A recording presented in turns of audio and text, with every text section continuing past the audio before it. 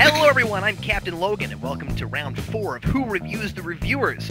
And here are my co-hosts. Some people call him the Karma Chameleon, but I just call him Vince. Karma Chameleon? I'm confused. Like Lenny Bruce, he's not afraid. It's the review spot. Afraid of what now? He only sleeps when it's raining. It's Browncoat Eric. That doesn't make sense. And last but not least, he's like a free ride when you've already paid. Isn't it ironic? It's the real Manos. Word up, everyone. Before we get started... Where are we going with this? Let's remind the viewers at home what our contestants are playing for. Vince, what are the contestants playing for?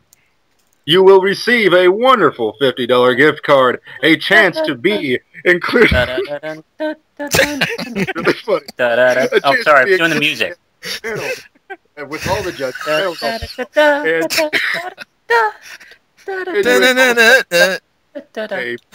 You also get to be on the podcast with Captain Logan and Vince. And, Did you get all that? You also win a CD of that lovely music that was in the background just now. Is that Spanish Flea? What is that? That was the dating game music. Oh, dating game. Right.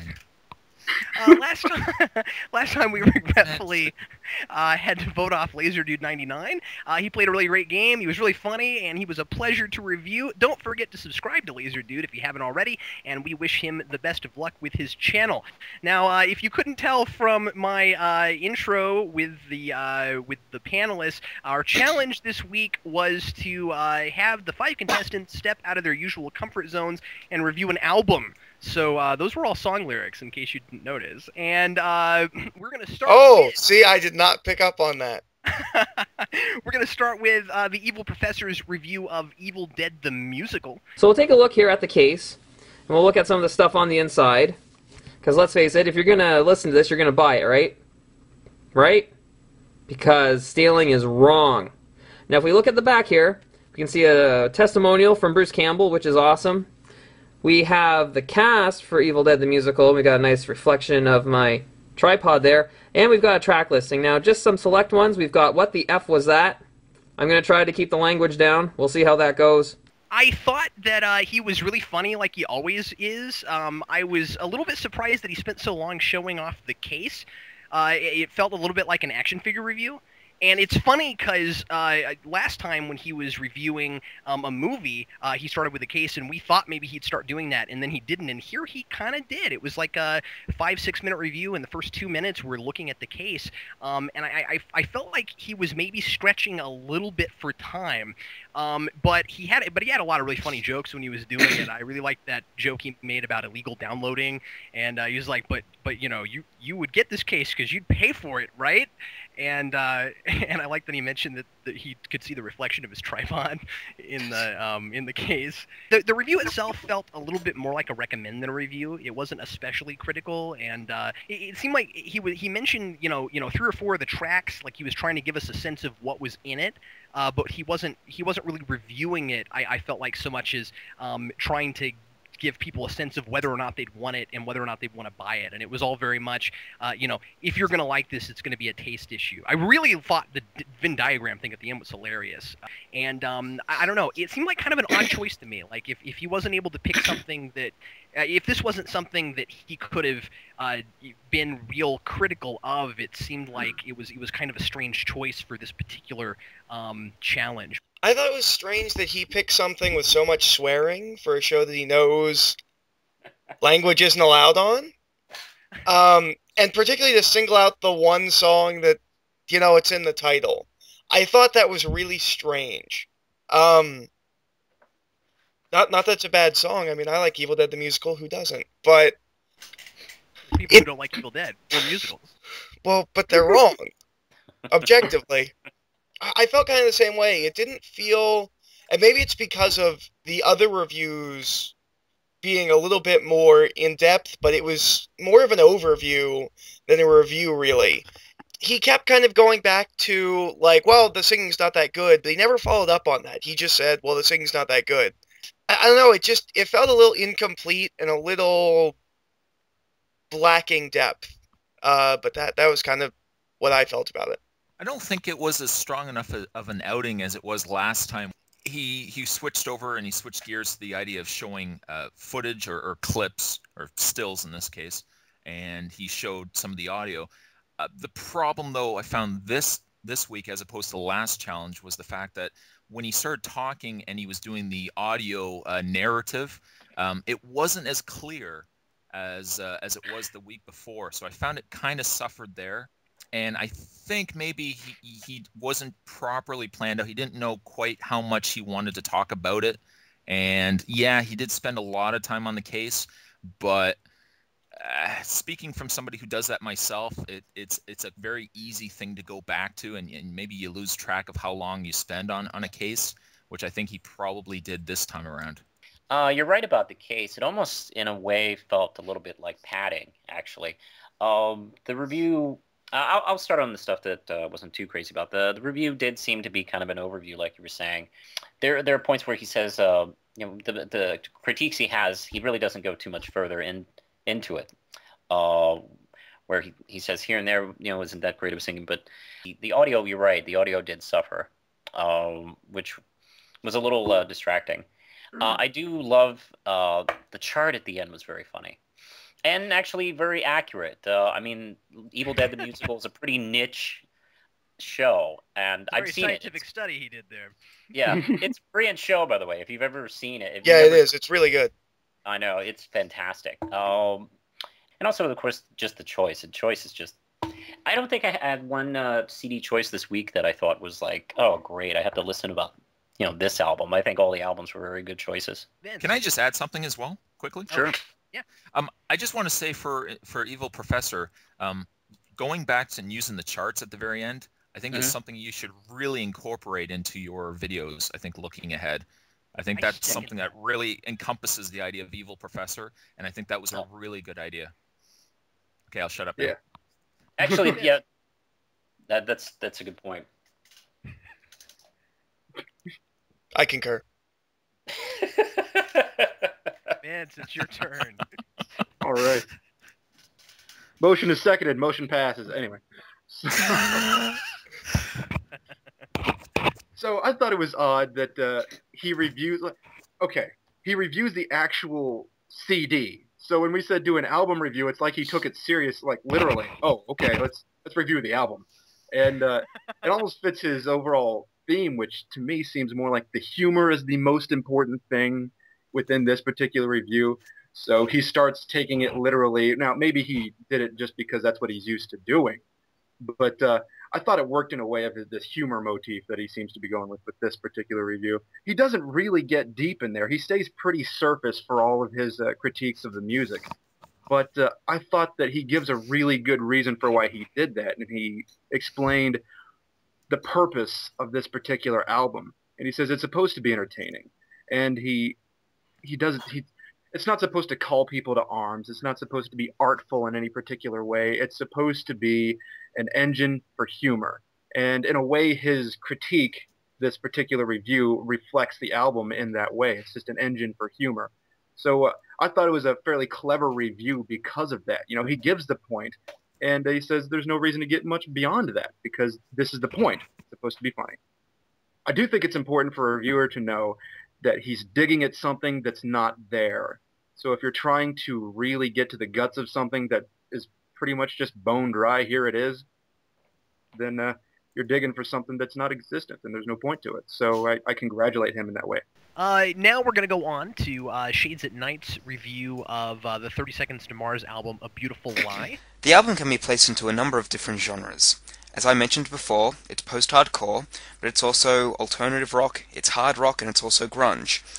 You'll find a track like the title song, A Beautiful Lie, differs significantly from The Kill, despite immediately following each other on the album. While one might believe that this convolutes the album, I find the subtle mix of genres help to convey the band's ultimate message.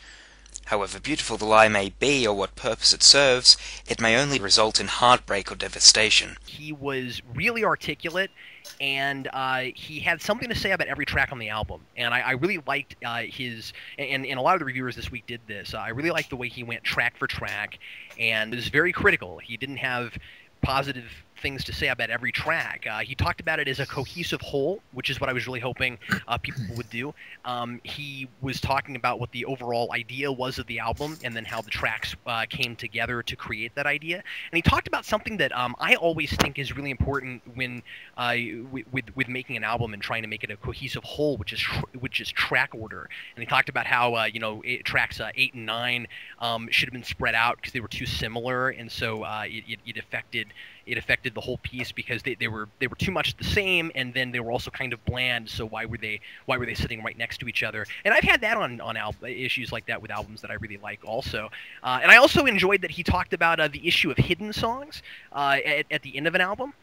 He talked about it like he hadn't seen it a lot, which is something I've run into lots of times with more recent albums. And he's right in that if you have that last track with a whole bunch of space between songs, and then the final song at the end of that long space isn't all that great, then it's a weird ending, because it really is still the ending of your album. So you should put something there that really works, and it seems like it kind of rarely does. Like the only one I can think of that I thought was like a really good ending for an album that was spaced out like that was Bare Naked Ladies' album Maroon, which has a track like that on it also. And I thought that Shades was really good at describing what music sounds like, which is I think the most difficult thing in this particular challenge. How do you describe a piece of music that a person hasn't heard? And of course, unlike some of the other reviewers this week, he wasn't playing the music behind his talking. He played a little at the beginning and a little at the end, but we didn't necessarily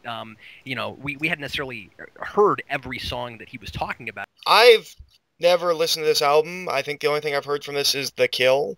But I thought he did a really good job of breaking it down track by track, saying what he liked, what he didn't like. I really liked where he talks about, it really works until, this point. And after this point, the album kind of falls apart. But that he still likes the album on the whole, which is something that I've had with albums a lot, where you're like, I really kind of just stopped listening after here. I still like it. I totally agree. He did a really good job of describing music without actually playing the music, and I thought that was really, really well done. I don't have a lot to say about this review. I thought it was just really well done. I think the mark of a good reviewer is somebody that can bring you into something that you probably you've either seen and you haven't liked, or something you haven't seen before, but they managed to bring you in and entertain you and show you just enough of the video that it brings you in. And I've listened to this album. I'm not a big fan of it, but I liked his review of it. And again, I think that's a good testament to his reviewing style. It's very laid back. I found he was very descriptive of the way the music is, the sound of the music, the different tracks of the album. I think overall it was a really good review on something I wouldn't be interested in, but based on the review itself, it would be something that, had I not listened to it before, I would have gone back and listened. I just coincidentally bought the newest album from 30 Seconds to Mars, like maybe a few days, probably like a week before I watched his review of this album, actually. And it's the newest band out of the group that we're reviewing here. And I think he does a good job, like, almost making their case as to, why they're such a strong band, even though he does criticize them here and there for little things here and there that were not exactly perfect in the album. But I like his style in this particular video, where he does break down each and every song throughout. And he does it in a nice conversational tone, but still at the same time being strong and very clear. I kind of want to get the album based on his review, actually. I think he did a really good... And I also like the fact that he talked about hidden tracks and the UK releases and stuff like that. Because I've occasionally bought albums thinking, oh, I'm going to hear this on the album. It's like, oh, it's on the UK release? And I didn't know... I also learned something. Some of the best videos we got this week, you learn something from the review. I didn't know that these guys covered a Bjork song, The Hunter. So after I got done watching his review, I actually YouTube searched The Hunter and got to listen to it. Initially, when if a guy just gives a bunch of adjectives and applies it to an aspect of the review, I get a little leery, because I think, well, is he going to support this? And because I say this right now because he says the lyrics are personal, passionate, and meaningful.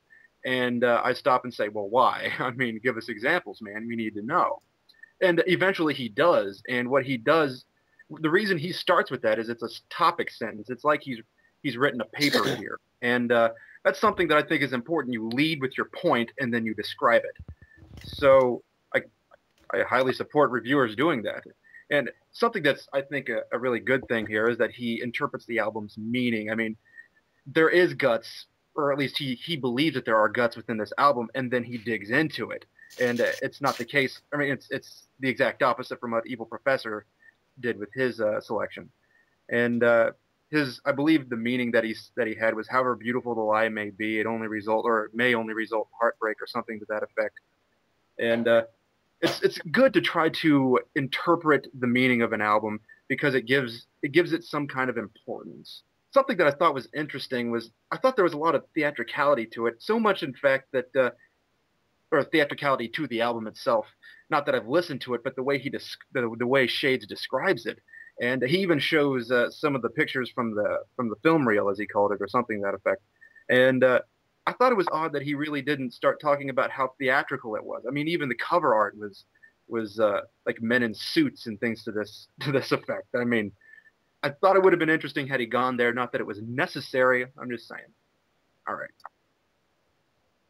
Now we're going to go on to Mr. I'm not done yet. I got some more things.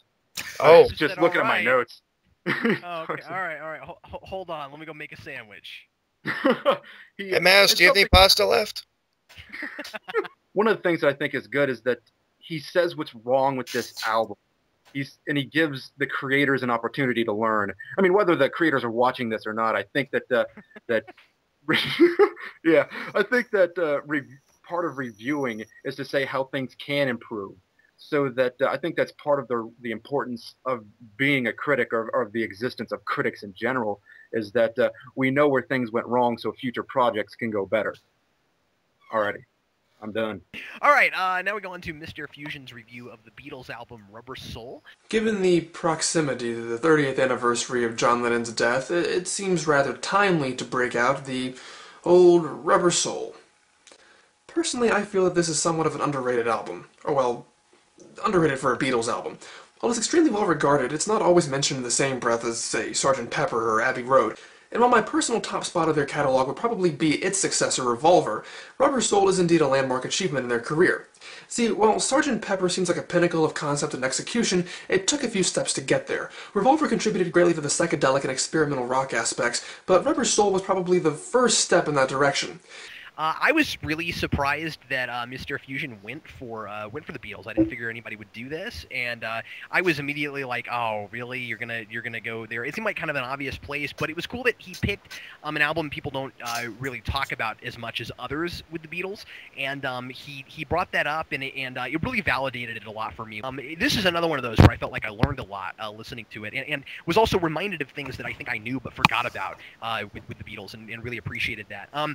One thing that Fusion did here that I kind of wished he hadn't was starting the view talking about how he has never reviewed music, didn't figure he ever would, and he's entirely competent. So he too talks about songs track for track, which I really appreciated here because there's so many of them, and I'm not familiar enough with all the Beatles albums to know which songs were on which album. Like, of course, I know a lot of Beatles, but I don't necessarily know which ones were where, and so I really appreciated that about it. It was kind of fun to figure that out, and he talks very briefly about most of the songs, and I think that's just because there's so many, and he has such little time to do this, so I felt like he was rushing a little bit, but you know, he was talking very fast, trying to get it all in, and that, I don't know, it's not necessarily a problem. I really liked the format that he used. I thought his editing was probably the coolest idea this week, which was finding all the animated videos and giving us something to look at. It was really cool, and I mean, you know, easier to do something like that here than it would have been with any other of the albums. So you know, you have to think about that. But still, I give him credit for thinking of it. It was really cool. And he had really great historical perspective, which is what we were doing, last time. But he gave us a really good history lesson, but it was also balanced really well with criticism. Once again, he didn't like every single track as well as each of the other tracks, and he talked about which ones he felt were kind of lame in comparison to other ones. I really, really dug this review. It was really informative. Like, I don't know anything about the Beatles, like, at all. Like, I know, like, vaguely, like, about the Beatles, but so I learned a lot. Like, I thought there was the one song where he talks about where it was such a encoded song that was about him cheating, but he could write it with his current girlfriend with him. I was like, that's really interesting. And I thought a lot of the, like, asides to each thing made the video very, very interesting to watch, because I was kind of learning about things about the Beatles on top of getting, Fusion's opinion on each of the songs, which was also interesting because he talks about the actual structure of the album and how each side kind of mirrors itself. What I found the most interesting was he talked about how this album reflects where the Beatles had been and where they would later go with their music, and how a lot of this was kind of the last that they would do of certain things, and how it would foreshadow types of music and songs that they would later do. And I thought this was a really, really good review. I really liked the using the animated Beatles videos, and I really liked the Animaniacs gag. Just overall, I thought this was a really, really good video. There's one thing I really like, and that's stimulation. I like many forms of stimulation, but I think the stimulation I like the most is visual stimulation, and I think for that reason I really enjoyed this video. I am a sucker when it comes to video clips, and especially animated clips. So to have that in the background, stimulating my senses while learning information about the Beatles, I think made for a top-notch review. And actually, this is probably a good review for somebody who knows just enough about Beatles that have listened to these songs, and when you hear the song or you hear it playing in this review, you're like, okay, I know that song. And then when he starts talking about the different things, behind the scenes, things you didn't know about the songs, I was learning stuff along the way as well as being visually stimulated. And I think for that reason, it's probably one of my favorite reviews of this challenge. So I think good job to MrFusion for mentally stimulating the spot. I was going to say, do you guys think this is one of Fusion's best videos? I would say so. Yeah. Yeah, possibly. This and the Sunset Boulevard. Yeah, this was an excellent video. It was extremely well balanced because it does have it does have personal opinion breaking down each song. It does have historical perspective, and it's very funny, and it's also kind of fast-paced edited, using the Beatles cartoon, which I think is it cleverly and subtly kind of like suggests their historical significance. That there was a stupid cheesy cartoon based on this band, and the music that he's talking about is a lot more serious than some of the images we're seeing on the screen. And he starts here and there with little historical tidbits that I've listened to the Beatles a lot. I think I know the Beatles and stuff like that, and I learned things here and there where like that naughty word that's in the background of the song "Girl." I'd never noticed that. I never noticed that too. I've heard that song 1,000 times, and I've never even thought about that. And it just came out as I'm listening to it, and it's amazing work. It's really good. Also, I think he does a great job talking about this album because it is kind of one of those transition albums where you see artists kind of go from one phase in their career and their style, and you're about to do something else. And a lot of these album choices actually for this challenge kind of hit me on some personal levels here because I had just bought and started getting into 30 Seconds to Mars. I'd seen Evil Dead the musical, and I was a big Queen fan. Look, if you're a teenager from the 80s and you're a dork, you were into Queen. And of course, Rubber Soul. I remember actually a few years back, I was dating this girl who was a big Beatles fan, and that was her favorite album, and she was collecting vinyl, and she didn't have it. So I actually remember driving 50 miles out of town to the store that had it. And, we listened to that quite a bit, and it just kind of brought back memories. It's just a great album. Fusion almost seems tired, maybe even a little nervous at the beginning of this video, and I thought it was a little off-putting. However, maybe he's just trying to echo the mood of the Beatles cover as opposed to the mood of the songs contained within the album itself. Maybe this is a little artful in a way, because I thought he just seemed like it was almost a chore for him to do this. Not like how dare you guys do this, but like I'm not sure that I really want to, but here I go anyway. Now that could be because he was just a little unsure of himself at the moment. Maybe I'm thinking outside the box here. Maybe he's trying to be creative. I think sometimes he has a self-deprecating style sometimes when he introduces stuff. I think you're right about it. The music is a little more upbeat than what you would really expect from looking at the cover, so I just thought that was interesting. He talks about how the songs work together to create an artful whole, and he adequately breaks down each song. It's almost like he's reviewing a poetry book, and that's all I have to say. I thought it was an interesting review. Now we're going to go on to MrCorellian's review of Queen's album A Night at the Opera. But the one thing, maybe the most iconic thing in the sound of Queen is the lead vocalist Freddie Mercury. Freddie really cannot be overstated as a singer. He is fantastic.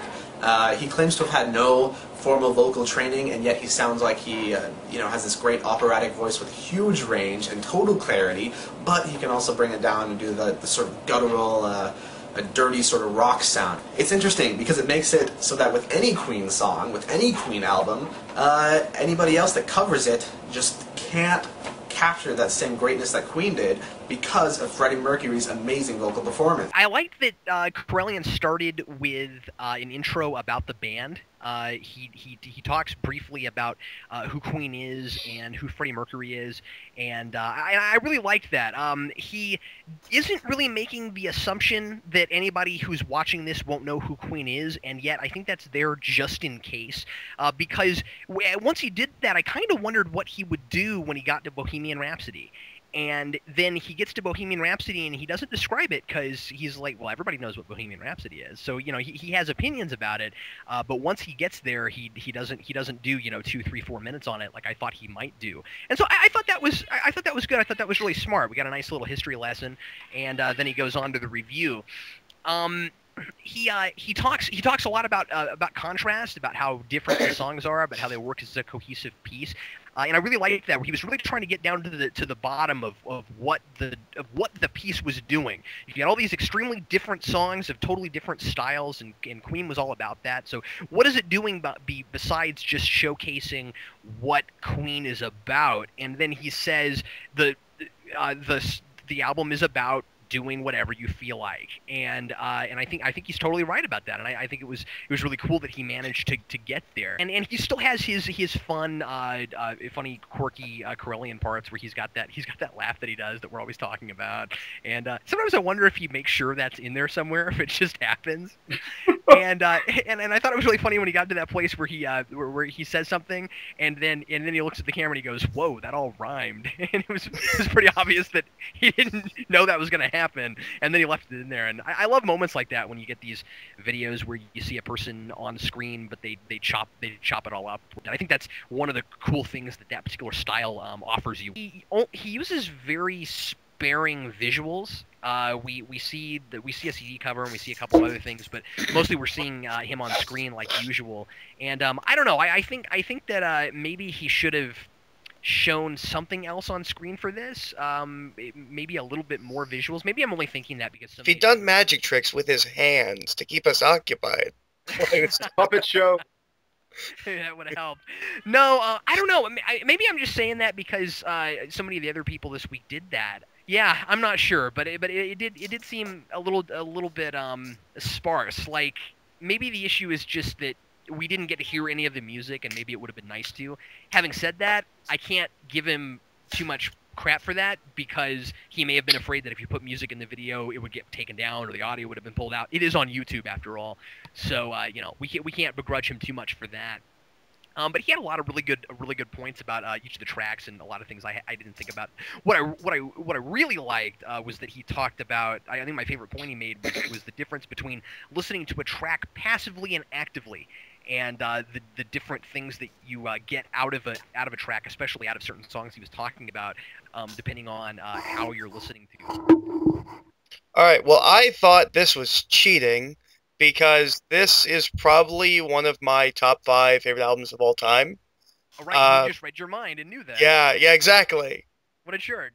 But I thought he did a really, really good job of... I feel the best reviews this week were the ones that went track by track and really, went in depth with it.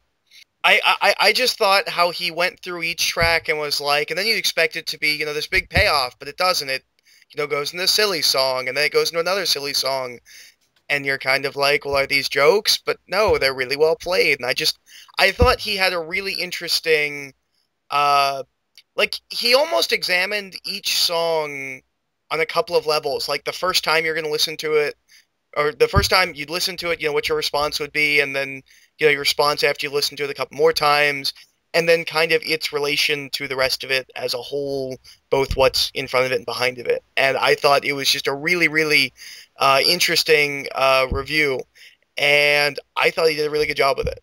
I don't know about this review. On the one hand, you have somebody who's very natural and very comfortable in front of camera, and so therefore, on that level, the review was really good. I mean, you could say that he didn't fall back on any crutch, being the actual audio samples or a lot of visuals, but being that these are all records, do we go into each review kind of expecting to see those? And I think going into it, I was almost expecting to start hearing a little bit of clips here, a little bit of clips here from the album. I didn't get that. But I don't know if I at the end of the review, I was still disappointed with it, because he still put out a solid review. So I don't know. I'm a bit on the fence as to it was a good review. Did it need the audio clips? Did it need the any cover art or anything like that, or pictures from the album? Did it need that? I don't know. I think the review, though, on its own stands well, considering he didn't use any of that. It was a good idea to start with the historical perspective, explaining, just in case people aren't too familiar with Queen. We are, after all, getting a generation away from...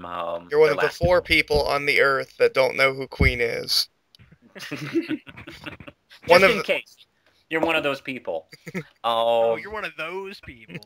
Oh, yeah, you're the uncool ones. Start putting them in colonies.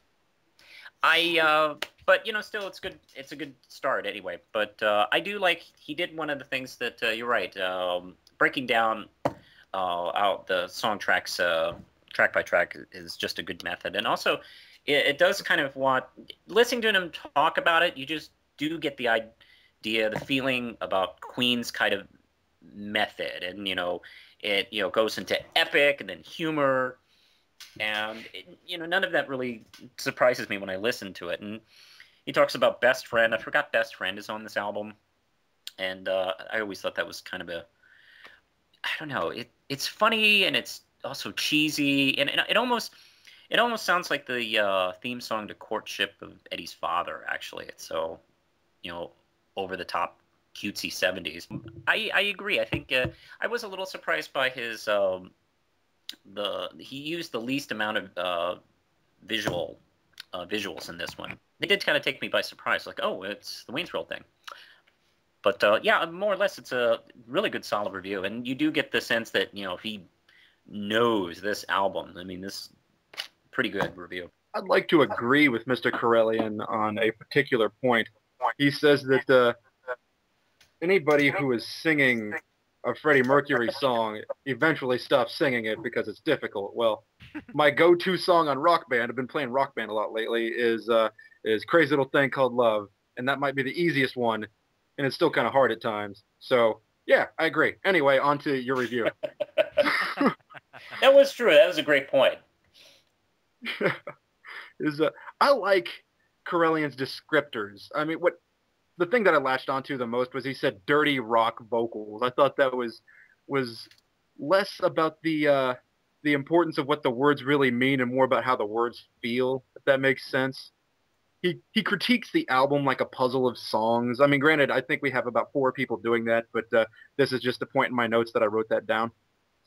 So he gives examples of why songs fit into multiple genres, and he'll talk about each song individually, and he talks about how Queen decided to play songs arbitrarily, but then he says he's trying to say that the album promotes an artful whole, like there's some sort of cohesive idea that makes this album solid, but then at 2 or 3 different points in the review, he says that the songs are just seem like they don't fit together and they're just chosen strangely. But he wants us to believe it's like a painting that you're standing close to, that if you step back from, then you see how it's whole. But he never gives us the reason that it's whole. And the entire review to me seemed like it was leading up to this, but he never told us what the compilations of these different songs was supposed to be in the end. I thought he did it at the end when yeah. When he said, sorry, Eric. No, I was probably going to say the same thing you're about to say, so. Yeah, well, he said that he toward the very end, he said it seems that the album is about doing whatever you want to. And having fun. And having fun, yeah. Oh. And so that's why so maybe they're not actually randomly picked, because the point is that they're randomly picked, and by that sense, it is a cohesive whole. You have a point. And you see, in my mind, the way that's his. You have a point, MrCorellian. In my mind, that just kind of fell into the whole arbitrarily chosen type of thing, and so it didn't really pop out to me initially. Let's in fact go on to Tori GNR1 and his review of Jimi Hendrix's Axis Bold is Love. On Axis, Hendrix delivers some of his most personal, deep, and introspective lyrics, experiments with other genres of music, and puts his own spin on them, and creates a track list that seems to flow just as much as the music does from track to track, finishing with a climax unparalleled by any other album I've heard, that perfectly wraps up all the messages conveyed on the record. Jimi Hendrix is widely known as the most influential guitar player of all time, and he certainly does deserve the title. Once again, he did a lot of the same things that Fusion did. He explains why he picked this one over other Hendrix albums. He picked a band that people know. He picked something that's really historically relevant, and so he did a really good job of explaining the history of Jimi Hendrix and why he's so popular and what makes this album different from all the other sorts of things he did. I really liked it when, I don't remember which song it was, but I really liked it when he got to a particular song and he said this song was really good because it wasn't about all the other things that his songs usually were about. I really liked that. He doesn't go track for track like some of the others did, and I'm not saying that's the only way to do it, but I think that would have been good here. I felt like this one was really kind of an overview, where it was a lot more about the full cohesive sound of the album and a lot less about the individual tracks. And now we did say, please do a review that's about an album, but I think it's important that you talk about the pieces that make the whole. And he touched on a few individual things here and there, but for the most part, it felt a little bit. It felt a little vague in places. I learned a lot once again from this, and I think it worked a lot better as a historical piece than it really did as a review. I didn't feel like he really had a lot of negative things to really say about anything. I think he's maybe falling back a little bit into that again. But still, on the whole, it seemed very much, here's an album I really, really like, and here's why I really, really like it. And I would have liked to have seen him be a little bit more critical. Or to have at least maybe chosen something he could have been a little bit more critical about. Eric, what did you think? This one, to me, kind of felt like the antithesis to most of the other reviews. The other reviews broke it down piece by piece, song by song. This one was just about the album as a whole. And I hate to say it, but it felt very similar to Fusion's, but not as good. Like it was a very similar kind of, like, where he'd talk about the behind the scenes, but like It was a retrospective. Yeah, and there's like one point where he mentions like for an album where the original recording of like the first half was left in a taxi cab. I was like, well, is there more to that story? Like, I kind of want to, like, he just like briefly said it, and I was like, well, if you're gonna do that kind of a video, I want to know that stuff.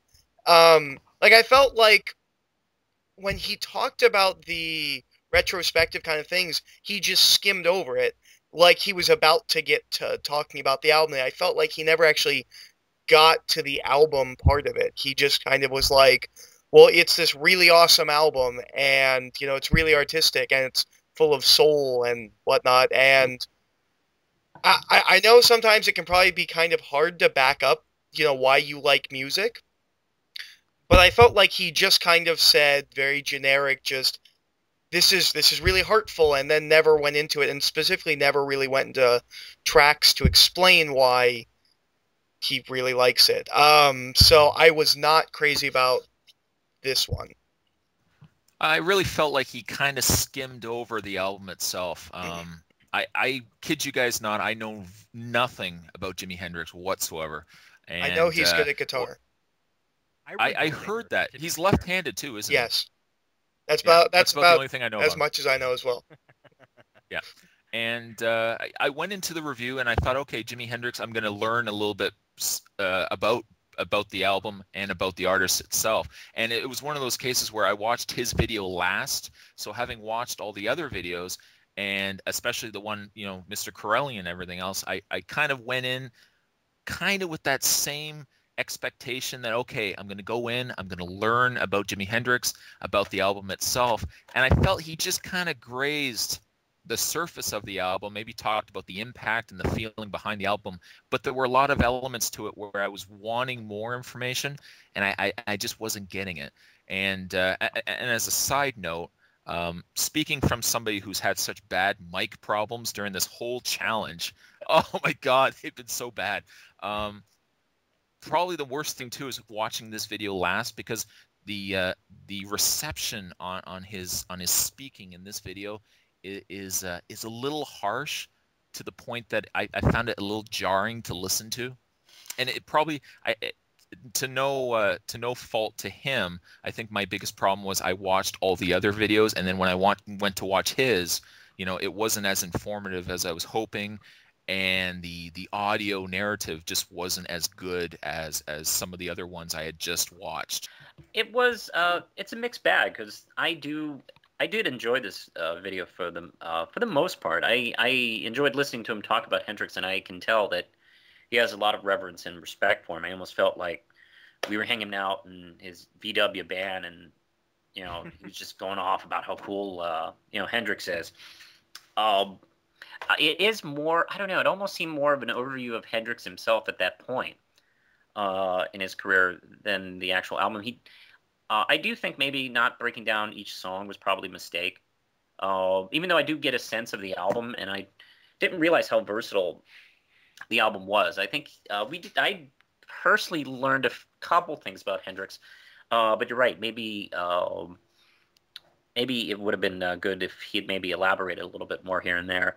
But I don't know. I have mixed feelings. I think it was a good video. My major discrepancy with this video is that he doesn't give examples. I mean, yeah, I suppose examples of composition may be difficult because he does touch on composition, but he claims that the lyrics are so poetic, but he never gives us an example of what a poetic lyric is. And he doesn't even get into what the meaning of the lyrics are, because he doesn't give us examples. So if he doesn't give us that, then how do we know his claims are correct? I mean, he just says, hey guys, listen, and you're going to like this because it's this way. Well, we don't know, because his review is effectively incomplete. Now, his intention becomes revealed to be that he's trying to call people to arms for listening to this album, and I want to say that it was effective. After listening to this review, I really want to go listen to this album now. But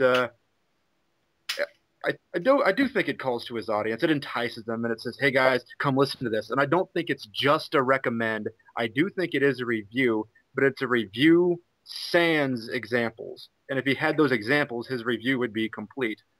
I also recommend that he rethink some word choice so that sentences that include largely the same word composition and same words don't appear back to back. That's just an aesthetically more pleasing thing in a review.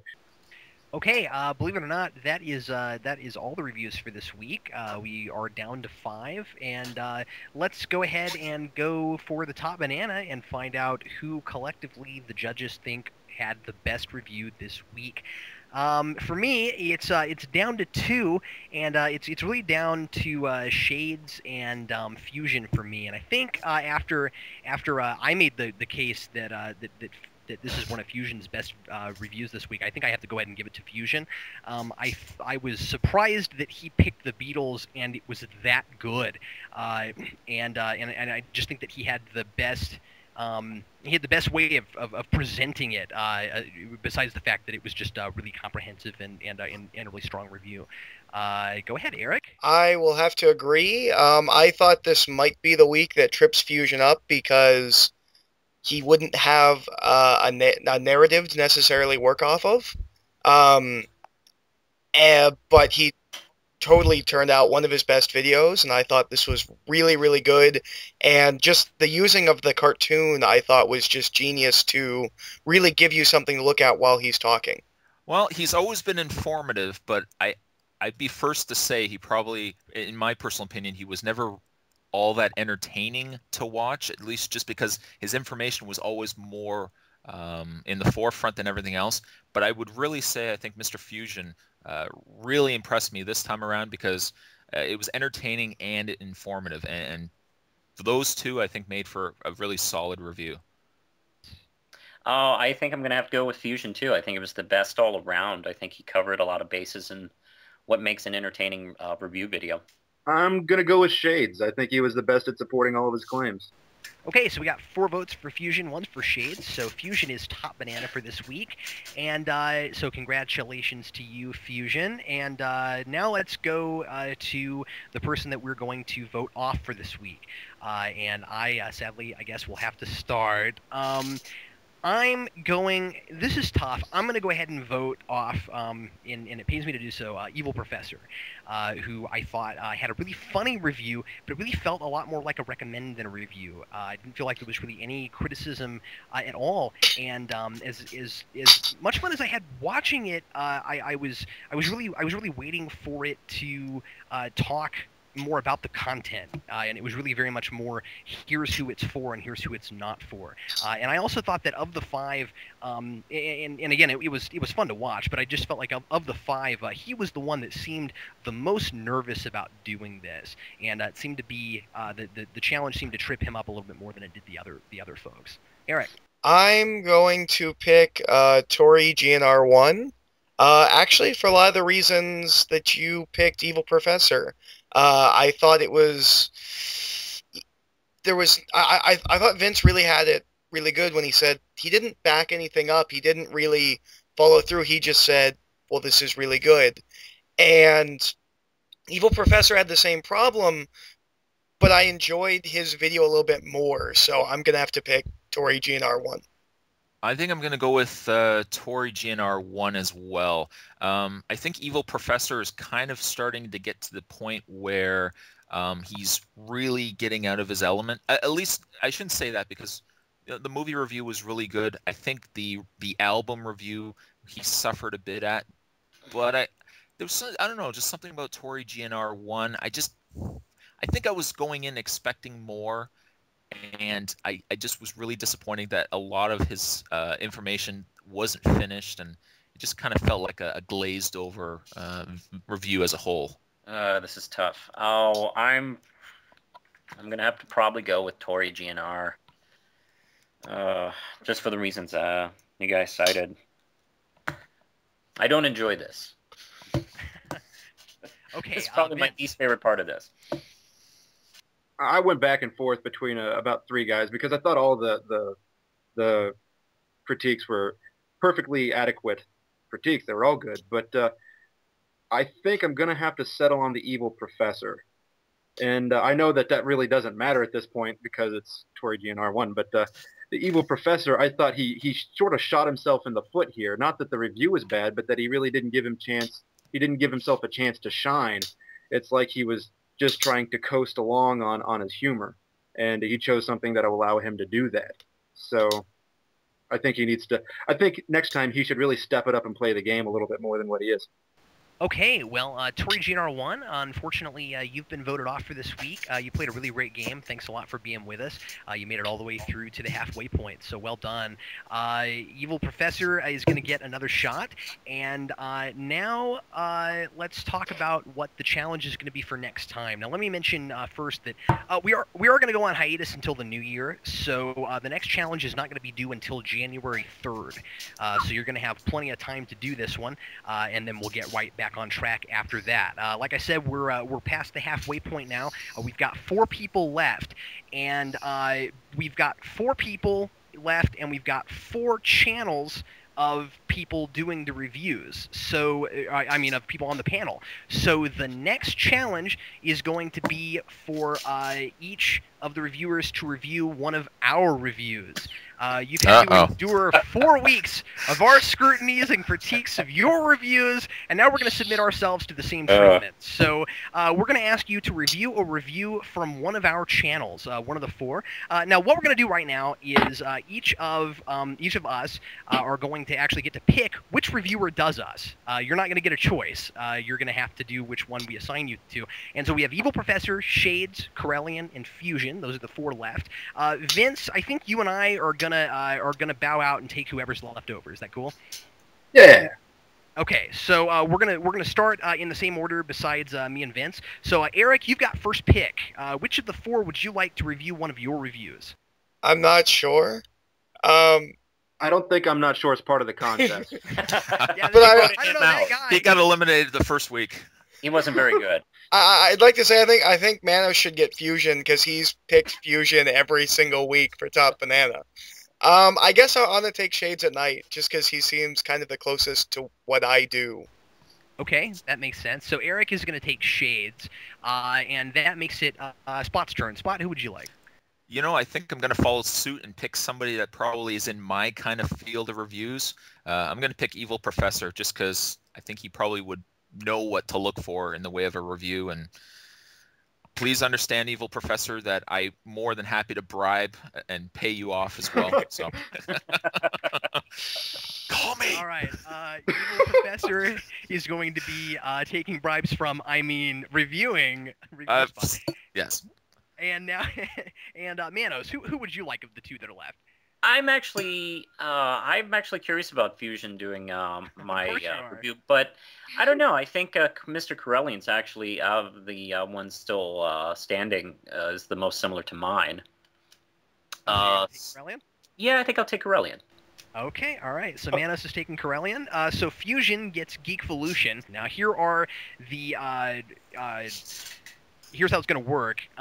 We'd like you to pick something fairly recent, and it has to be a review. Some of us do videos that aren't reviews, but the idea here is for you to sit in our seats and do exactly what we're doing. So we'd like you to review a review and pick something fairly recent, and by fairly recent I mean don't pick anything before August. So you can go back through August of this year, so the last 4 to 5 months, and just pick. Pick. That's about 200 or 300 videos for me. So he's got a lot. It's about 12 for me. So that's about 600 for me. Fusion has a Geekvolution, so you can either pick a review that Vince and I have done together. We've occasionally done a few reviews together, kind of either on the podcast or on Geeks Not Nerds, or you can pick a horror movie rewind or a superhero rewind, something like that. So Vince and I didn't think it would be fair for 2 different people to get to do something from Geekvolution, which is why we're doing it this way. So anyway, and the only other stipulation is make the review no longer than 6 minutes. It can be any length. But just make it short. I mean, you're reviewing a review, so that should be enough time. So 6 minutes on this one, and that's how it is. Does anybody have any questions or anything left to add? I was just going to say something too. Do honestly be critical about the videos as well. Don't think like if you say the review is horrible that we're going to turn around and say, oh, you know what, you're out of here, kind of thing. I will. Yeah, I'm both nervous and looking forward to this. You guys should be objective and not kiss our butts, because we don't need that. No, in fact, the person who does it the most is likely to get dropped. But then again, the person who's just like Vince sucks will probably also get dropped. That guy's horrible. I hate that guy. Man. Anyway, he killed Superman. He's an evil man. Well, hey, thanks a lot for watching Who Reviews the Reviewers. We'd like to say a very Merry Christmas to you and whatever other holidays you might be celebrating, and also a very Happy New Year for those of you that we won't talk to before January 3rd. And thanks a lot once again for watching. I'm Captain Logan. I'm Vance. I'm Eric. I'm the real Manos. I'm the real review spot. I'm the fake review spot. No, you're not. On Who Reviews the Reviewers.